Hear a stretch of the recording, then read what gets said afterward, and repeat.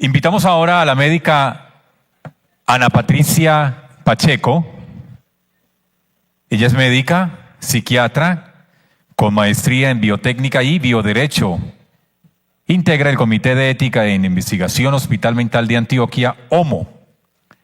La inteligencia artificial o IA es una rama de la informática que se centra en el desarrollo de sistemas informáticos capaces de interpretar datos externos, aprender de ellos y simular las capacidades humanas de aprendizaje, comprensión, resolución de problemas, toma de decisiones, creatividad y autonomía. Los chatbots son un programa informático que simula la conversación humana con un usuario final. Los chatbots más modernos utilizan procesamiento del lenguaje natural PLN con capacidades de IA generativa para comprender las preguntas de los usuarios y automatizar las respuestas.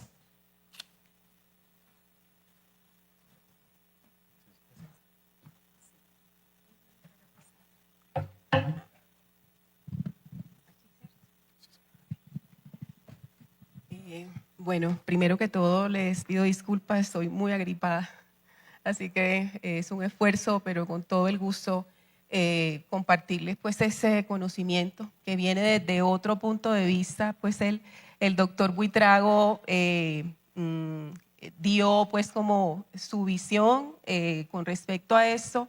Yo lo hablo como me dijo algún colega alguna vez, por mi edad, que soy migrante tecnológica, no soy nativa digital. Entonces, desde esa perspectiva, mi ejercicio pues de acercamiento a la inteligencia artificial es mucho más básico, es un paso a paso. Puede que ya haya mucha gente aquí que sepa más que yo sobre esto, pero es un acercamiento hacia esa tecnología y sobre algunas preguntas sobre la ética y la bioética. Entonces, yo soy médica psiquiatra de la Universidad de Antioquia, tengo una maestría en bioética y bioderecho de la Universidad Pontificia Bolivariana y tengo una certificación como oficial de protección de datos de la Agencia Española de la Calidad, porque es un interés muy especial que tengo del manejo de los datos en investigación clínica. En este momento pertenezco al Comité de Ética en Investigación del Hospital Mental de Antioquia. El Hospital Mental de Antioquia tiene un centro de investigación que desde hace muchos años se especializa en ensayos clínicos. Voy a dar algunos conceptos de lo que es esta área de la investigación y toda esa pregunta sobre, yo creo, conectando un poco con la última parte de la conferencia del doctor Buitrago, es qué desafíos nos impone todo el mundo digital frente a la psiquiatría, a la psicología y en general al área de la salud mental. Entonces, hay desde esa perspectiva pues del avance de la ciencia, que es la gran pregunta que tiene la bioética, de cómo el avance de la ciencia pues afecta a los seres humanos y qué preguntas nos resultan de todo eso. Todos los días estamos resolviendo dilemas. ¿Qué podemos hacer mejor? ¿Cuál de las dos opciones que tenemos frente a un paciente es la mejor? ¿Y qué cosas ponemos en riesgo? Entonces, en una revisión de un artículo sobre cuáles son los retos éticos, esta es la agenda propuesta, qué retos éticos hay en la psiquiatría contemporánea, avances y desafíos éticos de la salud mental, un poquitico pues también la pregunta si la IA puede funcionar como terapeuta. Nos van a reemplazar como terapeutas, pero yo los invito a que siempre se pongan en esta conferencia en los zapatos de su paciente, en los zapatos pues, de la persona que tienen enfrente. Y conclusiones, preocupaciones, pero también oportunidades. Entonces, en esa revisión de Galdesarini, les comento un poco pues, sobre algunos aspectos éticos que tiene la psiquiatría. Y el primer código ético de la psiquiatría aparece en 1977, es en la denominada Declaración de Hawái. Y la Asociación Mundial de Psiquiatría hasta el 2020 vuelve y promulga un código ético. Como nos han enseñado, yo soy bioeticista y siempre les digo que la bioética para nosotros en la universidad es relleno. Digan, pues usted no, esa clase pues es relleno, yo mejor no voy a ir eso, pero cuando ustedes se enfrentan a un paciente, a un tema de investigación, la ética y la bioética nos invita pues a hacernos preguntas incómodas, y generalmente la ética y la bioética nos resulta pues incómoda. Yo que hago parte de un comité de ética en investigación también de la Facultad Nacional de Salud Pública, entonces uno se quiere graduar de la maestría o del doctorado y el comité de ética le hace una cantidad de preguntas. Y no, generalmente a los comités de ética nos ven como, no me va a dejar graduar, hace muchas preguntas, pone muchos obstáculos. Entonces, nos han enseñado, sí, que hay unos principios básicos para hacer las cosas bien en el actuar, en nuestra profesión, en investigación. Esos principios y esos nortes, que por ahí si se acuerdan, hay 4 principios básicos: autonomía, beneficencia, no maleficencia y justicia. Pues hay una cantidad de principios adicionales. Pues la Asociación Psiquiátrica Americana dice que en salud mental tenemos que defender siempre la beneficencia, o sea, siempre orientados a hacer el bien, un principio, una ruta, a hacer bien. Lo otro es el respeto por la autonomía, por la dignidad de la persona que tenemos enfrente, no hacer daño. Lo que queremos, en la medida de lo posible, sea el daño mínimo, o que nosotros podamos mitigar los daños que podemos hacer, que nos invita también ese código ético a mejorar continuamente los estándares de nuestra práctica clínica y aplicar nuestra experticia al servicio de la sociedad. Todos esos principios siempre nos deberíamos acordar de ellos cuando estamos frente al paciente, a la persona, a la comunidad, al grupo, porque generalmente es gente que tiene lo que llamamos es población vulnerable. La vulnerabilidad habla que nuestra capacidad de autonomía está afectada por alguna circunstancia. Y la vulnerabilidad no solamente es la que conocemos en los textos, que los pacientes que tienen una discapacidad cognitiva, auditiva, todos podemos ser vulnerables. Hágase usted de cuenta una fila en la inmigración en Estados Unidos, ¿sí? Y que a usted se lo queden viendo y usted diga, venga para acá, nos vamos para ese cuartico. En ese momento, nuestros derechos, nuestra autonomía se ve afectada. Entonces, la autonomía es una condición que puede ser contextual y que puede ser afectada para cualquiera de nosotros. Entonces, esa es otra de las cosas que tenemos que recordar cuando estamos enfrente pues, a nuestros pacientes. Todo ese contexto ético un poco pues, preliminar es para decirles que hay uno de los tantos retos que hemos tenido que se identifican en salud mental y que se identifican en la atención de psiquiatría y psicología, es cómo atender a nuestros pacientes, a nuestras comunidades, respetando derechos humanos. La bioética es un discurso en clave de derechos humanos. Y mire que a veces hay un límite muy difícil de establecer entre el respeto por la persona y el abuso de sus derechos a la información, a sus datos, a la conservación de sus datos personales, a su autonomía. Cuando me dice, es que yo me quiero suicidar, pero se lo digo a usted, respete la autonomía, no se lo diga a mi familia. Y yo estoy abocando a su secreto profesional. Entonces mire que hay un juego de derechos y que es un ejercicio permanentemente muy difícil en la práctica. Otro de los retos éticos que tenemos todos los días, le digo en psiquiatría, pero también en psicología, es diríamos, saber qué marcos legales nos están, a los que tenemos que acogernos cuando hacemos la práctica clínica.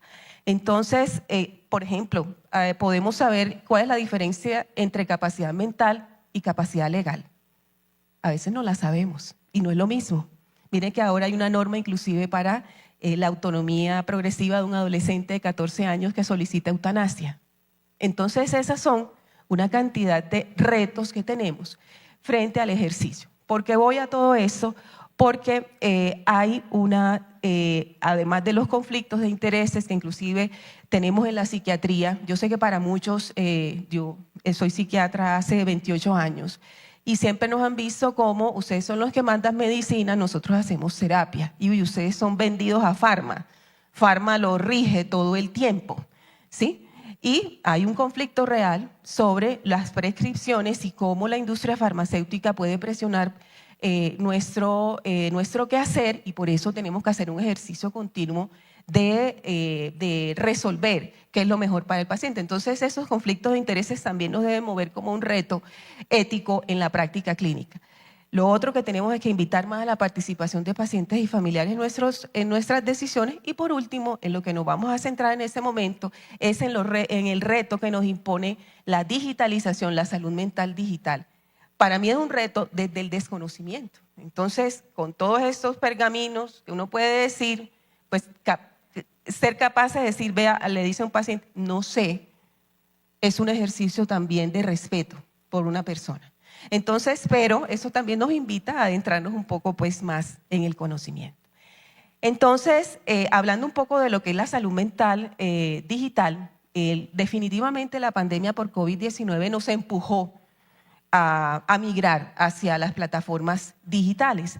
Y es lo que no me voy a centrar en lo que se llama la modalidad sincrónica de la atención de salud mental, que es, por ejemplo, todo lo que ofrece el hospital mental en las áreas de telepsiquiatría, la teleconsulta, la teleexperticia, y me voy a concentrar en la modalidad de salud mental que se llama asincrónica. Esa salud mental asincrónica definitivamente uno percibe que en la pandemia hubo acceso, estábamos todos encerrados y que a muchos nos tocó acceder a consultas pues por telepsiquiatría. Muchos supimos de la tragedia que fue la pandemia de COVID-19, el impacto sobre la salud mental, y como muchos psiquiatras pues conversamos, es que los que estaban aliviados se enfermaron, los que estaban enfermos se enfermaron más, y el acceso a la atención fue mucho más difícil. Todavía estamos, yo creo que nos quedó una cicatriz muy grande de lo que pasó en la pandemia en atención en salud. Entonces me voy a dedicar a lo que es la salud mental digital asincrónica. Hay varias, diríamos,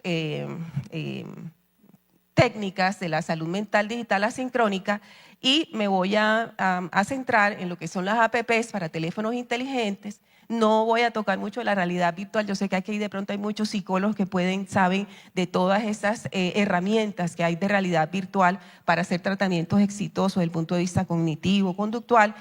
Y como ya complementando un poco con lo que habló el profesor Buitrago sobre inteligencia artificial generativa y sobre modelos de lenguaje de gran escala.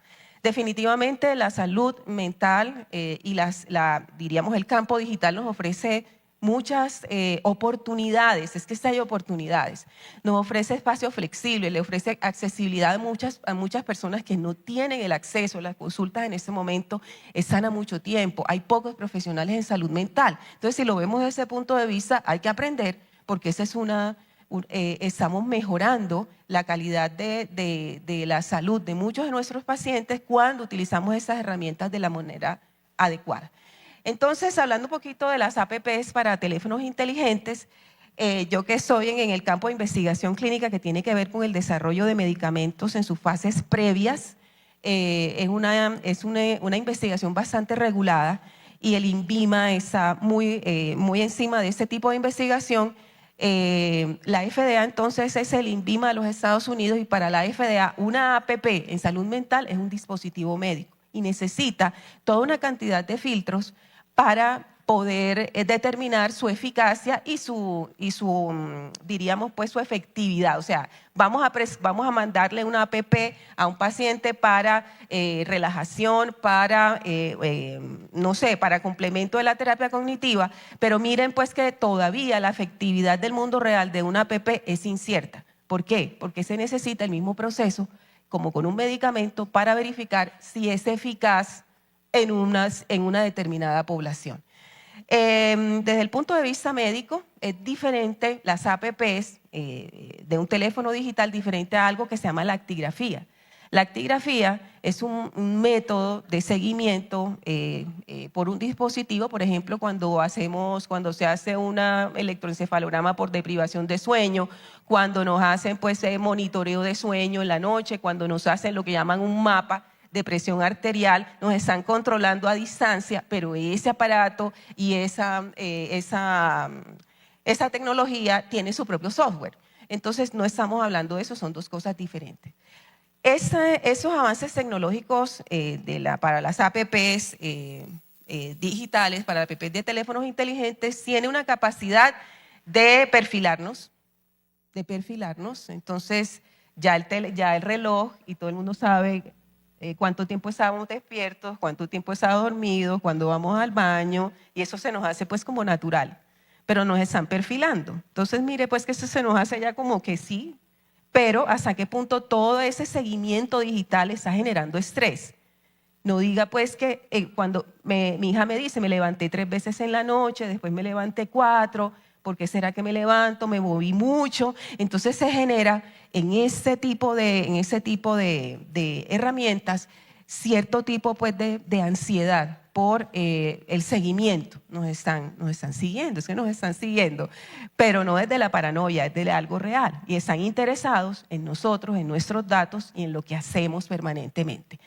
Eso en psiquiatría y en psicología tiene una gran utilidad, sobre todo para la predicción de recaídas. Entonces, el paciente depresivo ya duerme menos, ya come menos, se mueve menos, está menos en la cama, y eso puede darnos nosotros una alerta sobre el componente biológico que está precediendo a un episodio depresivo grave.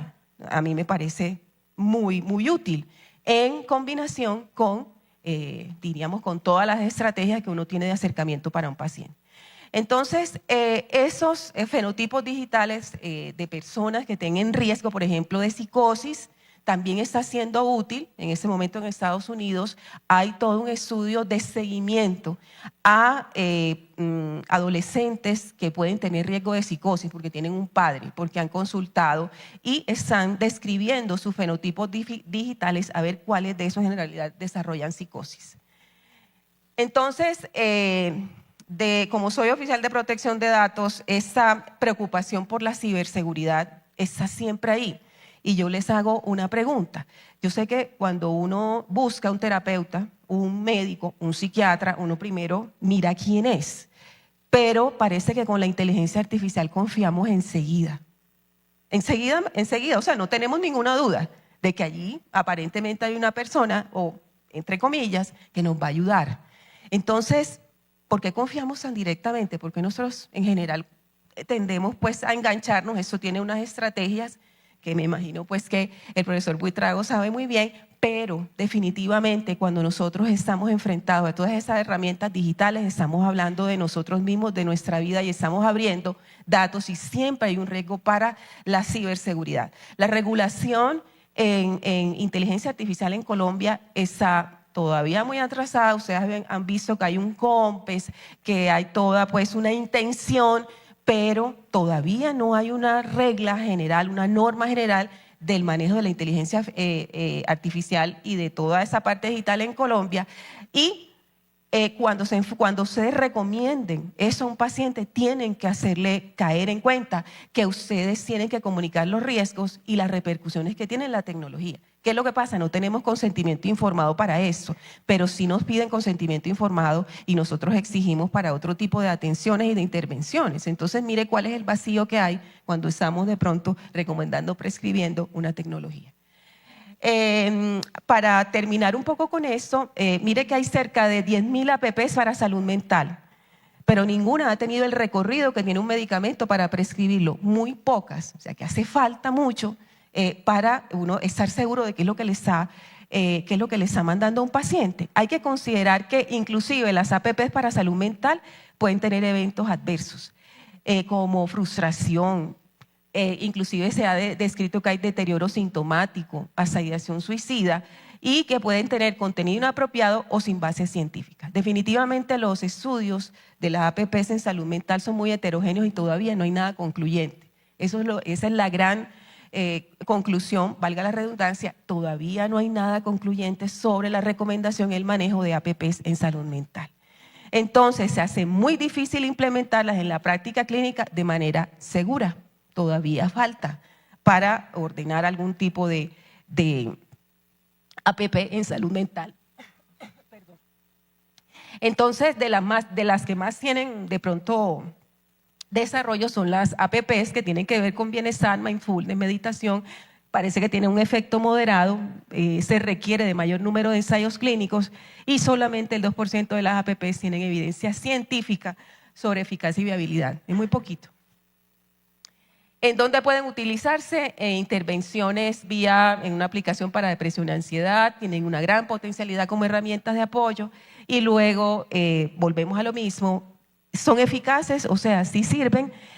¿Cuáles parece que sirvieran? Las que incluyen principios de terapia cognitivo-conductual, las que tienen un chatbot asociado y las que monitorizan los estados de ánimo. Pero hay que ver qué habilidades cognitivo-conductuales debe tener una APP para ser eficaz. ¿Qué es lo que deben saber o qué es lo que deben tener bien integrado? De pronto la reestructuración cognitiva, el entrenamiento en asertividad, en solución de problemas, en activación conductual. O sea, miren hasta dónde todo lo que un psicólogo, un psiquiatra que hace una especialidad, que es su entrenamiento académico, ¿cómo va a esperar uno que una APP la tenga, ¿sí?, de manera segura para, diríamos, recomendársela a un paciente? Entonces, se requieren más ensayos para contextos y componentes específicos. Hay algunas intervenciones para trastornos de ánimo, para esquizofrenia, para psicosis. Miren, por ejemplo, para esquizofrenia y para psicosis, se utilizan en grupos psicoeducativos para dar material para los pacientes y los pacientes con esquizofrenia ni alucinan más ni se enferman más, aprovechan mucho la APP, eso se ha visto en muchos pues, de los estudios que hay, no hay evidencia de que empeore delirios, alucinaciones, tiene resultados variables y aquí es donde vamos siempre, el rol humano es fundamental. Entonces, pasando ya un poco de ese campo así muy somero sobre lo que es las APPs para teléfonos inteligentes, entonces yo me voy a la inteligencia artificial, pero coquito, básica. Como yo me acerqué a la inteligencia artificial y como les digo, puede que muchos de ustedes con seguridad saben más de eso que yo. Y me voy a sentar en algunas nociones que hice para poder acercarme pues al tema. Entonces, ¿cuál es la definición de la inteligencia artificial? Es una rama de la informática que se centra en el desarrollo de sistemas informáticos capaces de interpretar datos externos, aprender de ellos y simular. Simular es una palabra fundamental cuando uno se está acercando a la inteligencia artificial. Las capacidades humanas de aprendizaje, comprensión, resolución de problemas, toma de decisiones, creatividad y autonomía. Aquí nos conectamos con el juego de la imitación. Están simulando, el aparato, la máquina está simulando. Entonces la inteligencia artificial es espectacular en la automatización de tareas repetitivas. Es que hay una cantidad de cosas que no nos gusta hacer porque es que son muy mecánicas y es espectacular como una herramienta para ahorrarnos una cantidad de tiempo. Nos puede acceder al conocimiento de manera más rápida a partir de los datos, está entrenada para mejorar con el tiempo en la toma y nos ayuda a la toma de decisiones, disminuye los errores humanos, está disponible siempre y puede disminuir riesgos físicos en la atención en medicina y en salud para personas que no tienen acceso, que de pronto hay actividades pues, que tienen algún riesgo pues, implícito en el ejercicio.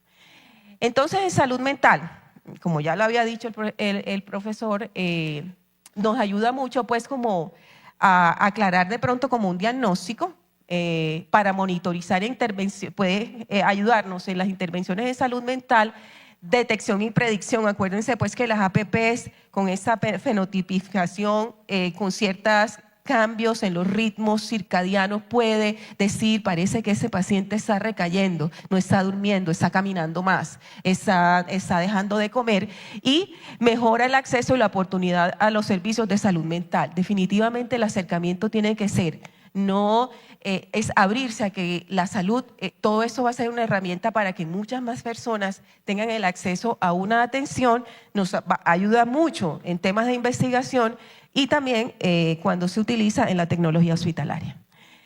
¿Cuáles son las limitaciones de la inteligencia artificial? Todavía tiene muchas inconsistencias, puede tener inconsistencias metodológicas, ustedes han oído pues que alucina. Ustedes ahora en Google con Gemini pueden preguntarle alguna cosa muy vaga y de pronto a veces uno mismo sabe que le está contestando algo que no es. ¿Sí? Entonces, ese tipo pues, de errores y de sesgos que tiene la inteligencia artificial todavía necesita perfeccionamiento e insisto, esa parte de la privacidad y la ausencia de consentimiento informado. para acceder a nuestra información y a nuestra vida es una falencia muy grande que tiene y todos los tecnócratas saben que eso es así. Ellos saben que no hay consentimiento informado. Ellos saben que muchos jóvenes están exponiendo su vida entera sin que nadie les, pues aquí quien me pidió permiso. Entonces uno se va al cuarto del hijo adolescente y dice, yo ahora no quiero hablar contigo, no soy autorizado, ahora no quiero hablar, no te quiero decir qué es lo que pasa, pero con el chatbot se abren por completo y exponen su vida entera confiando inmediatamente sin alcanzar a ver los riesgos que hay en la ciberseguridad. Es una herramienta muy importante en la educación digital, pero todavía tiene poca supervisión y control normativo. Los grandes desarrolladores pues, de la inteligencia artificial saben que las leyes todavía no se han puesto de acuerdo, o sea que los marcos normativos todavía no están generados. Europa, que siempre es la más fuerte en normas, tiene hasta el 2025 su reglamento para el uso de inteligencia artificial. Los europeos regulan muy bien y protegen muy bien sus datos. No pasa lo mismo en Norteamérica. Entonces esa diferencia de regulaciones y de normas que le digan a un desarrollador de inteligencia artificial hasta dónde llegar y qué hace y qué no hace, todavía pues ellos están aprovechando que hay un espacio en la norma y en las reglas y por eso hay ciertas cosas que uno a veces dice están excediendo los límites. Lo otro pues importante es el sesgo, esa cantidad pues diríamos de errores que hay todavía pues como cuando uno se enfrenta a una inteligencia artificial. Y la otra cosa que supone la inteligencia artificial es una gran brecha en el acceso. No todos tenemos acceso a todas las herramientas que nos da la inteligencia artificial. ¿Eso qué hace? Unos están en ventaja y otros están en desventaja. Así de sencillo, como profesionales y como pacientes y como personas. Entonces, esa afectación en la distribución equitativa del acceso al mundo digital hace que se afecte ese principio de la biótica que se llama la justicia distributiva. Entonces, queremos ir muy rápido, pero hay gente que ni siquiera tiene un teléfono, ¿sí? Entonces, ¿cómo vamos? Estamos dando un salto, pero hay gente que está mucho más atrás. Y es que nuestro país está atrás en una cantidad de cosas. Entonces, ¿cómo llegar a muchas personas con estas tecnologías? ¿Sí? Además que todavía nos hace falta mucho educación digital. Y ahí me incluyo. Pues, todo ese ejercicio, como les digo, fue un poco de acercarse a la educación digital. Entonces ahora la pregunta es, entonces la inteligencia artificial puede actuar como terapeuta. Ustedes pues pueden irse respondiendo a ver si sí o si no. Y les voy a contar algunas definiciones básicas para entenderlo. Entonces, ¿qué es un algoritmo? Que es en matemática es una secuencia finita y ordenada de instrucciones o reglas que al seguirse sistemáticamente resuelven un problema o realizan una tarea específica. Entonces usted a una máquina le enseña esos algoritmos y esa máquina puede aprender en lo que se llama el machine learning y crear modelos mediante el entrenamiento de un algoritmo para que haga predicciones o tome decisiones basadas en datos, en el perfil de datos que el programador quiera, ¿sí? O que la empresa quiera. Y se basa en métodos estadísticos y probabilísticos avanzados. ¿Qué pasa con estos sistemas? Mejoran con la experiencia. Entre más entrenamiento, va mejorando y por eso ustedes ya saben que vamos en ChatGPT versión 5 porque el sistema es capaz de aprender según el entrenamiento que tenga. Entonces, hace unos años apareció esa tecnología, a raíz, no sé si han oído de pronto la historia de los chips, hay un debate por los chips en Estados Unidos que fueron capaces pues, de establecer y de simular a través de esos chips lo que se llaman las redes neuronales. ¿Qué es una red neuronal en informática? Son algoritmos avanzados de aprendizaje automáticos diseñados para imitar la función cerebral humana, lo que les permite resolver problemas complejos como el reconocimiento de imágenes y de voz. Entonces, por eso, últimamente, entonces ya ChatGPT conversa, ¿sí? Ahí está la imagen, ahí está el avatar para conectar un poquito con todo lo que nos dijo el profesor Buitrago. Y inicialmente el aprendizaje de la máquina era automático, supervisado es la forma más simple de Machine Learning, a través de clasificar datos y de predicción de tratamientos exitosos. Eso ayuda mucho en medicina de precisión. Entonces, esa es más o menos la idea de lo que sería estas redes neuronales. Entonces, pasamos del aprendizaje automático a lo que se llama el aprendizaje profundo, y es el principio de la inteligencia artificial generativa, que es de lo que estamos hablando últimamente. Esa inteligencia artificial generativa, entonces, los programadores entrenan esas redes neuronales, que acuérdense que son unos algoritmos mucho más complejos, con múltiples capas ocultas para extraer y comprender relaciones complejas a partir de datos sin procesar. Entonces tienen una capacidad para comprender texto, audio, imágenes, video y otros tipos de información. Ese procesamiento, que es lo que ustedes oyeron del lenguaje natural, que es comprender texto, audio, imágenes y video, generan lenguaje humano, y entonces por eso estamos hablando, valga la redundancia, del procesamiento del lenguaje natural. Entonces, responde a comandos o prompts. Es un texto en lenguaje natural, por eso ya lo entiende, que se describe la tarea que uno quiere que haga la inteligencia artificial. Ese aprendizaje, el anterior era supervisado, ese es no supervisado o semisupervisado, y se hace por transferencia. Entonces, avanzando un poco más, está lo que se llama el aprendizaje profundo, y en general la inteligencia artificial generativa funciona en 3 fases. Entrenan ese algoritmo, entrenan esas redes neuronales, van ajustando, que es lo que está pasando con ChatGPT, el 3, el 4 y ahora el 5, para adaptar el modelo a una aplicación específica. Ya les voy a contar lo que dijo Sam Altman ayer, y pueden generar, evaluar y seguir un proceso de mejoramiento continuo. Esos modelos, estos grandes modelos que están ahora, diríamos, tienen la preponderancia del mercado, se llaman modelos fundacionales y son modelos de aprendizaje profundo, entrenados con grandes volúmenes de datos. Por eso se llaman lenguajes de gran tamaño. No sé si lo han oído, el LLM, los LLM. Entonces son modelos fundacionales que manejan una cantidad impresionante de datos. Son altamente versátiles, se pueden utilizar mucho en medicina, en derecho, en educación o entretenimiento, y entonces esos son los grandes, los que conocemos en ese momento, los grandes modelos fundacionales. Está GPT, que es de OpenAI, el Gemini, esa llama de Meta, esa Grok, que ya el doctor les habló, que es de Twitter, y Copilot. Entonces, como les digo, son definiciones básicas. Entonces, si nos vamos a ir a la definición, entonces un chatbot es un programa informático que simula una conversación. Simula una conversación. Y los chatbots más modernos utilizan entonces lo que les acabo de decir, procesamiento del lenguaje natural con capacidades de la IA generativa, o sea, va produciendo nuevas cosas para comprender las preguntas de los usuarios y automatizar las respuestas.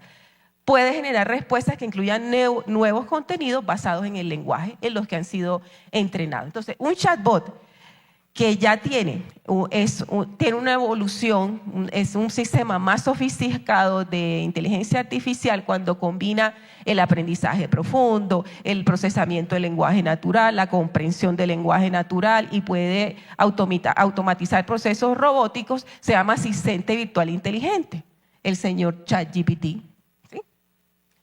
Entonces, ese es un concepto relativamente nuevo, que es cuando estamos viendo como todo eso, hablar de ética algorítmica, porque el que programa no es neutro. Él solamente, uno puede decir los ingenieros, no, a mí no me hablen de eso, que yo estoy programando y yo tengo mi programa, y yo porque tengo que hacerle daño a la gente y pensar en beneficencia y en todos esos principios éticos. Pues sí, el corazón del problema no es el artefacto ni su forma, sino la programación que lleva instalada. Desde el punto de vista de la filosofía moral, los robots o las máquinas no son más que envoltorios de los algoritmos. Entonces la ingeniería no es neutra.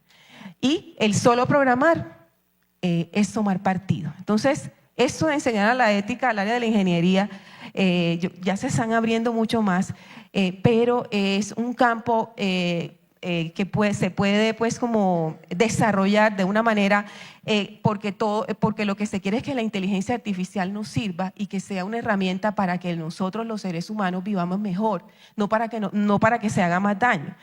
Parece que vivimos en universos paralelos en el mundo de la ingeniería, en el mundo de la tecnociencia y en la academia o en la práctica clínica. Entonces hay que aunar caminos para que todos estemos enfocados en que esto sea beneficioso, en que esté bien hecho.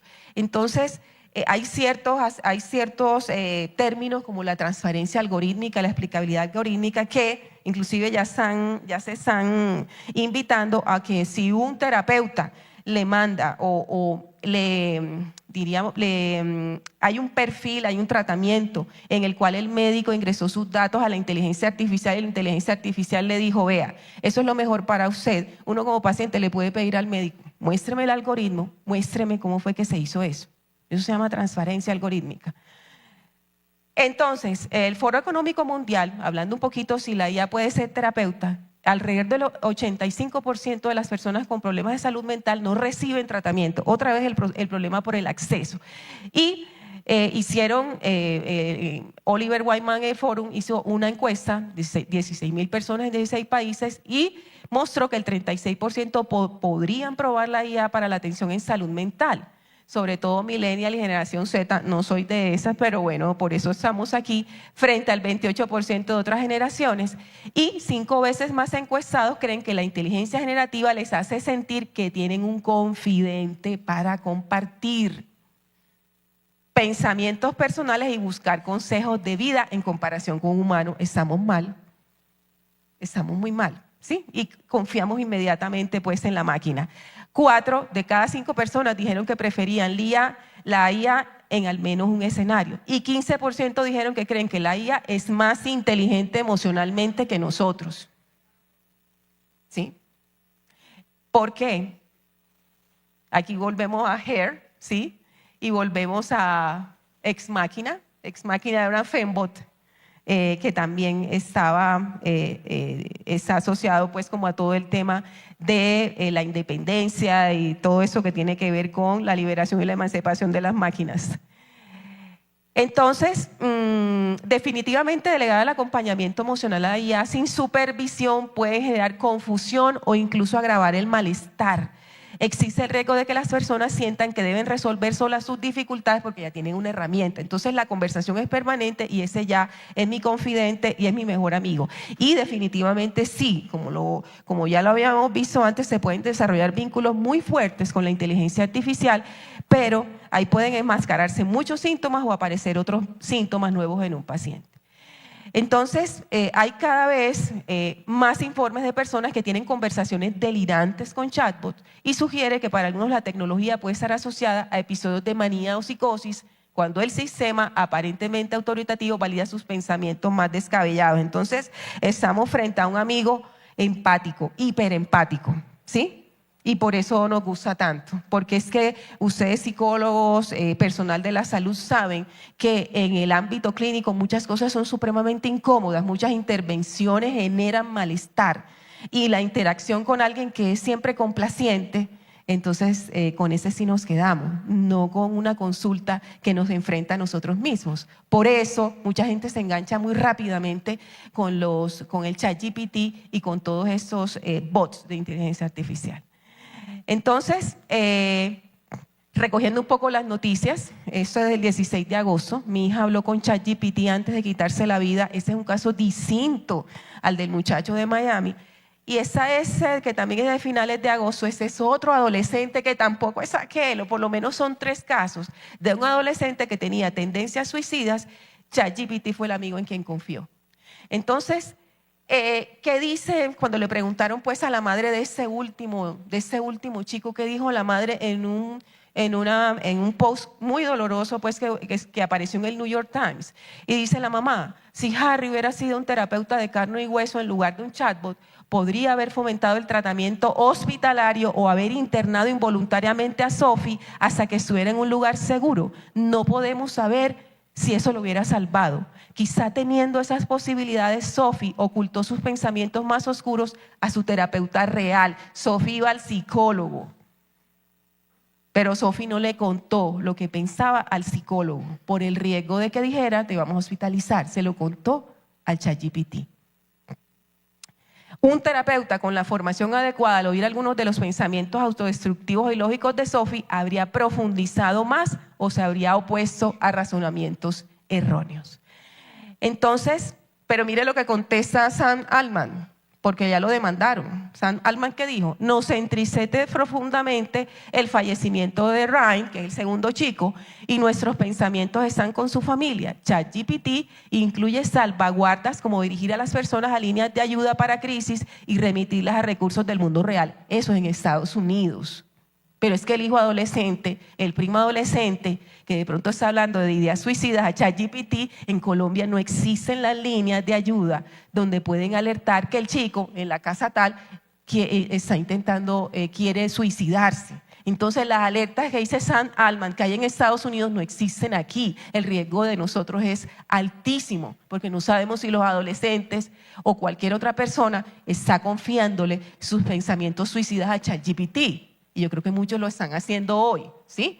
Entonces, a veces pueden ser menos fiables en interacciones largas. ¿Qué dice ChatGPT? La alerta se da en interacciones cortas, pero los muchachos ya saben cómo metérsele y evitar, porque ya saben que hay una línea de atención, ¿sí? Entonces ya son expertos en burlar, pues, como ese control y esa cantidad de esos controles que hay. En las partes, ya los jóvenes saben que hay unas partes del modelo que no es, que hay una brecha de seguridad en el modelo y que por ahí se meten. Entonces, ya para terminar, entonces eso es de ayer, después de que ya están demandados, OpenAI promete proteger a los menores en ChatGPT, pero los efectos advierten, la seguridad es una falacia en tecnología. Y eso, las redes sociales son una trampa para ratones. Así de sencillo, no hay límites. No hay límites, nos conocen, no hay nada privado, es que no hay nada privado. Entonces, ¿qué pasa? ¿Cuál es la modificación que dijo Sam Altman? Control parental. Pero el muchacho tiene que decir que sí al control parental. Y pueden hacer otro perfil en donde sí hablen de sus ideas suicidas. Entonces, parece que no hemos hecho nada. Y miren otra cosa que ya dijo Sam, miren el contraste, estas noticias son del mismo día, son de ayer. Antes de ayer. Por un lado, control parental, pero ya ChatGPT permitirá contenido erótico a partir de diciembre. Entonces, eso no tiene, es una incoherencia completa, pero bueno, ese es el mundo en el que estamos, ¿sí? Entonces, conclusión, ChatGPT es un asistente virtual diseñado para otros fines y no es una herramienta especializada ni en psicología ni en psiquiatría. Así de sencillo, ¿sí? Y eso lo tenemos que tener muy claro. Y ese es un concepto que quiero que el doctor Buitrago habló de lo que son procesos estocásticos. La inteligencia artificial, como dijo Bill Gates, es un loro estocástico. ¿Qué quiere decir que sea un loro estocástico? Un proceso estocástico es un concepto matemático que sirve para representar magnitudes aleatorias que varían con el tiempo. La inteligencia artificial, a pesar de su habilidad para producir texto convincente, carece de conciencia, entendimiento y capacidad de razonamiento independiente. Son impresionantes en su habilidad para imitar, nuevamente les digo, imitar, simular. Aún estamos lejos de desarrollar una IA como aquella de Skynet. Skynet no existe, ¿sí? Esa es otra cosa. Skynet todavía no estamos por allá, que se llama la inteligencia artificial general, pero para allá queremos ir. ¿Sí? La de ahora repite, ¿sí? Pero repite y va armando otras conversaciones de lo que lo han entrenado. Y no existe todavía la IA que verdaderamente entienda y razone como un ser humano. Todavía no existe. Entonces, ¿qué tenemos? Y eso es una cosa que quiero que refuercen en ustedes como terapeutas, como personas que prestan un servicio. Todavía es que somos valiosos en nuestro conocimiento, nuestra intuición, nuestra capacidad de extraer. Todavía eso no se ha replicado. Entonces todavía eso es una herramienta que nos puede ayudar, pero todavía somos valiosos y nos puede servir para desarrollar muchas cosas buenas para los pacientes. En ese minuto que me queda, les hablo entonces de cómo buscaron en Dartmouth, que es una universidad prestigiosa donde se dio la primera conferencia donde se habló de inteligencia artificial en el 56. Ese es el grupo de los científicos que desarrolla el concepto de inteligencia artificial. Y en ese Dartmouth, que es una autoridad mundial en ciencia, tecnología e inteligencia artificial, se les ocurrió decir, listo, nosotros con esa bagaje intelectual que tenemos vamos a ver si un chatbot puede ser terapeuta. Y miren lo que les pasó. Hicieron un ensayo clínico, una cosa muy organizada. Y comenzaron a alimentar, se llama Terabot. El Terabot, la primera versión, se desesperó y se deprimió. Porque lo habían alimentado con toda la información de salud mental que hay en las redes sociales. La segunda versión del Terabot, que también se alimentó con cosas que tenían ya plataformas educativas, el Terabot a las 5 sesiones terminó culpando de los síntomas del paciente al padre o a la madre, siempre. ¿Sí? Entonces, ¿qué hicieron? Decidieron diseñar un Terabot limpio desde el principio. Y aún con todo el conocimiento que tiene Dartmouth, hicieron ese ensayo clínico y dije, pues llegaron a la conclusión que algunos pacientes habían mejorado, pero todavía hace falta porque no tenían competencia de un psicólogo humano para ver cuál de los dos respondía mejor. Parece que sí funciona, pero todavía faltan más ensayos. Si pides ayuda a un chatbot, obtendrás empatía, pero no obtendrás ayuda. Eso hay que tenerlo como muy claro. Y ya les dije, eso todavía está lejos, ese todavía no ha venido.